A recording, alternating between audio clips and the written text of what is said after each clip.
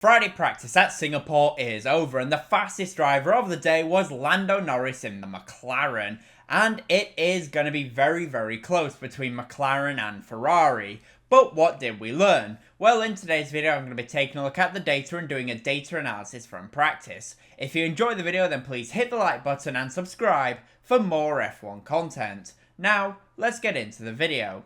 As usual, I'll be talking about the top teams later on, so please do stick around for that. Yep, Friday practice is over, and it was a day where we saw the drivers pushing to the limits of this brutal circuit.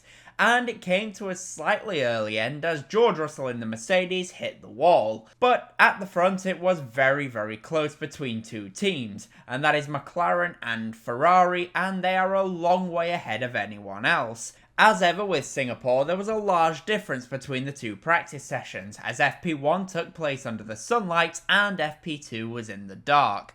Let's compare then the fastest lap from each session and compare FP1 to FP2.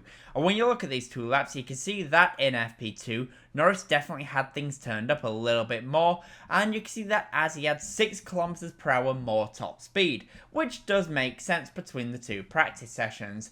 But you can also see that he has a lot more grip and the circuit has rubbered in, and also it has cooled off with the night sky, as Norris can brake later and also carry more minimum apex speed at a number of corners.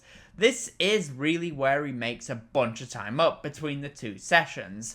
Not only that, but it also looks like in FP1, Leclerc made a slight error here as he carries 15 km/h less at that apex compared to Lando Norris. And all of this together leads to a lap time difference of 1 second, which is actually not as much as what you would expect, given it is a street circuit. Also, just out of interest, last year in FP2, the fastest lap was a 1:32.1, showing just how much development there has been. Yes, there is an extra DRS zone this year, but that does not equate to 1.4 seconds. So we have seen how the times change between the both practice sessions, but now let's take a look at the top speeds that the teams are able to reach so that we can see who is looking faster in a straight line. And when you look at this, as usual, Haas is the fastest car in a straight line, as Hülkenberg was able to reach 319 km/h and Kevin Magnussen reached 318 km/h. The next fastest car was the Aston Martin at 317 km/h, and honestly, there's not a huge surprise between those two.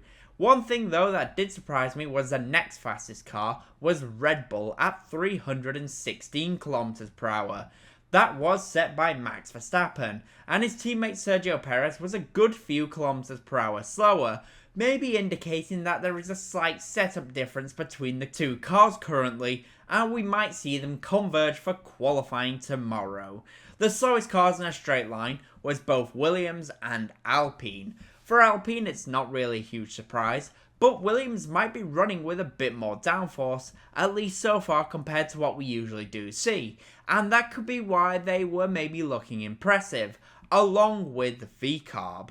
In the midfield then, what teams were looking good? Well, it has to be said, as I've just said, VCARB are looking very good, as both Yuki Tsunoda and Daniel Ricciardo are looking very strong so far, and we might even see one of them in the top 5 during qualifying. Yes, they are looking that good, but very closely behind the VCARBs will be Williams, as the new upgrades are once again showing that they are working for them, as it has propelled them up the field, as Alex Albon and Franco Collapinto are both looking very impressive once again, and honestly right now they could both be ahead of a Mercedes and a Red Bull driver.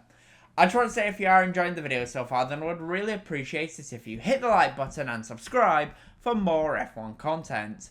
Now though, let's get back to the video and let's talk about Mercedes. For Mercedes, today was a very difficult day, especially for Lewis Hamilton, as the car just did not look like it was hooked up at all. You could see that every time they went on board with the Mercedes, it looked like it was understeering a lot and they were bleeding time away. For George Russell, things did look better, and he was the faster driver. However, much like in last year's Grand Prix right at the end, Russell ended up in the wall. Mercedes are definitely lacking, and you can see that when you compare the fastest lap of Russell to Norris in the McLaren. Looking at these two laps, you can really see that the time does bleed away as the lap unfolds. There is not one section really where Russell loses out. Instead, it was more McLaren just kept the soft tyres alive throughout the lap. And you can see that the largest advantage comes right at the end of the lap, telling me potentially that Mercedes were just a little bit too hard on their soft tyres. The soft tyres around Singapore really do get a workout and struggle beyond one lap. In terms of the longer runs as well, Mercedes are clearly behind McLaren currently, and they have a lot of work to do tomorrow if they want to turn around this performance deficit. For Ferrari, today was another solid day as Charles Leclerc was less than a tenth of a second behind Lando Norris, and Carlos Sainz was the third fastest driver of the day, and this is definitely a circuit that suits their car nicely. And once again, Leclerc, who is typically very strong around street circuits, is getting the maximum out of the car. And when you look at the longer runs of the Ferrari pair and compare it to Lando Norris, you can see that actually Ferrari seem to have a lot to be confident about, because not only are they basically there in terms of one lap performance, but so far over a racing stint, they look to be the faster car as well, meaning that if they can lead out to the first corner, they could be in a really good position to control the Grand Prix, especially if they have both cars up there. And with that in mind, we could see Ferrari right at the front in this Grand Prix and potentially leading some of the race, if not pretty much all of it. For Red Bull, it looks like nothing has really changed from last year, and they have a lot of work to do if they want to get both cars into Q3. Verstappen looked genuinely awful out on track, as the car just would not be hooked up to the circuit. We saw him with Understeer and Oversteer. Perez was also struggling, but not quite as much as Max was. So far, it is looking like once again Perez has the upper hand on his teammate. But just how bad was Max's day? Well, let's take a look at his fastest lap and compare it to Lando Norris in the McLaren. And when you look at these two laps, you can see that similarly with the Mercedes lap earlier, Norris is just pulling away bit by bit as the lap unfolds. Getting towards the end of the lap, Verstappen just can't brake as late as Norris can. The McLaren really came alive towards the end of the lap compared to their competition. But it has to be said, in the longer runs, Red Bull are not quite looking so bad. They're actually there or thereabouts with McLaren, but they need to qualify well. Otherwise, it is going to be a very long race for them, because overtaking around Singapore is still very, very difficult. Even with this fourth DRS zone, overtaking is going to be very tricky. Therefore, Red Bull cannot afford to go out in Q2. They need to ensure that they get both cars through to the third and final part of qualifying. And finally, for McLaren, apart from being told that they would have to modify their rear wing that they used in Baku for future races, today has been a very solid day, as Lando Norris was the fastest driver of the day, and teammate Oscar Piastri was 5th fastest, but he was beaten by Yuki Tsunoda in the VCARB, showing just how well the VCARB is performing this weekend. Let's now compare the fastest laps then of the two teammates to see where Oscar needs to improve. And when you look at these two laps, in the first sector, Piastri actually has the edge over his teammate, but when the lap opens up towards the end, Lando starts to gain his advantage. It looks as though Norris is getting better traction and is later on the brakes, leading to a large difference between the two towards the end of the lap.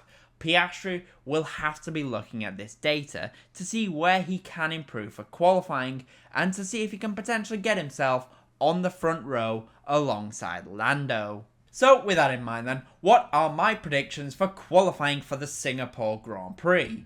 Well, I think in P5 it's going to be George Russell in the Mercedes, P4 will be Carlos Sainz in the Ferrari, P3 will be Oscar Piastri in the McLaren, P2 will be Lando Norris in the McLaren, and I'm going to go for a Charles Leclerc pole position. But those are my thoughts. The question is, what do you guys think will happen? In the comment section down below, please do let me know. And as always, comment, leave a like, and subscribe for more F1 content.